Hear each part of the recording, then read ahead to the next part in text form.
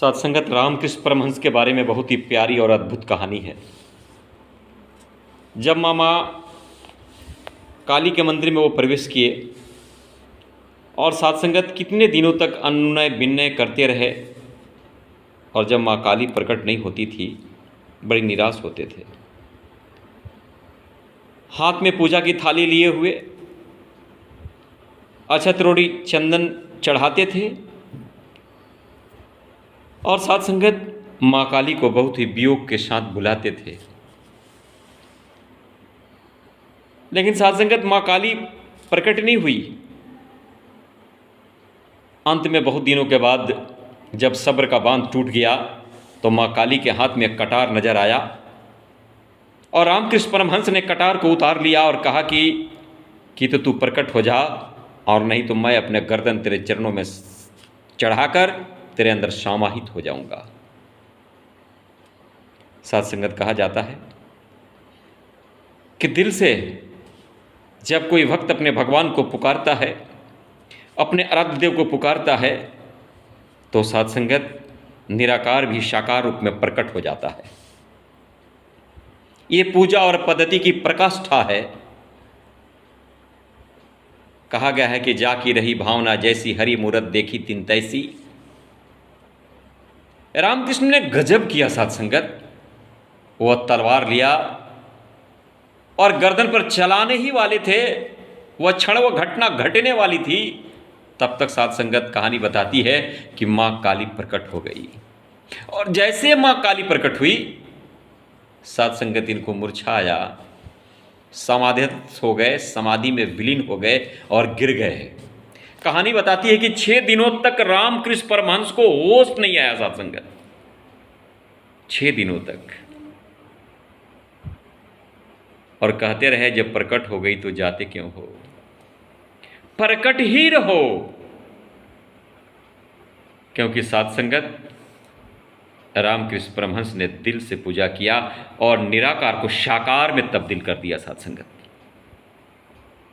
हम भी तो जाते हैं मंदिर में, लेकिन बनावटी रूप और रंग लेकर जाते हैं, बनावटी फूल अक्षत रोड़ी चंदन लेकर जाते हैं। क्या इससे क्या दुर्गा हमारे सामने प्रकट होगी? नहीं साथ संगत। बाहर की चकाचौंध से हमने प्यार कर बैठा, उस मंदिर में मूरत के अंदर छिपी हुई साथ संगत उस सूरत को प्रकट करने में नाकाम रहे। और पूजा पद्धति के नाम रखते हो कि मैंने पूजा किया। अरे पूजा किया कि समय काटा आपने? केवल दशहरा में ही पूजा करना, केवल साथ संगत सावन में ही बाबा को जल चढ़ाना। तुम तो पूजा और पद्धति को एक समय बना लिए हो, एक महीना तय किए हो।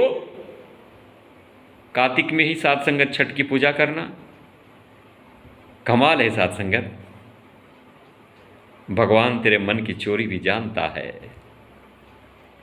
क्योंकि भगवान को प्रकट करने के लिए कभी समय, कभी महीना और दिन की आवश्यकता नहीं होती साथ संगत। क्योंकि साथ संगत उसको समय में बांधा नहीं जा सकता, किसी महीना, किसी दिन, किसी त्यौहार में उसको बांधा नहीं जा सकता। जिसको प्रभु परमात्मा की प्राप्ति हुई है, हर दिन उसको दशहरा है, हर मास उसका दशहरा है, हर पल उसका दशहरा है साथ संगत।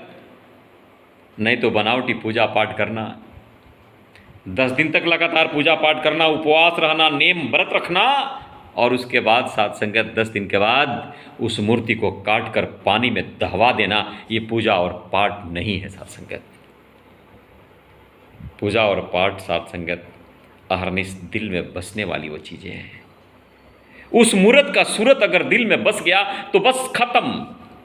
पूजा और पाठ करने की कोई बात ही नहीं साथ संगत। जिस प्रकार बाबा कबीर ने कहा कि मोए मेरे हरि मोके भजे, मैं करूं विश्राम।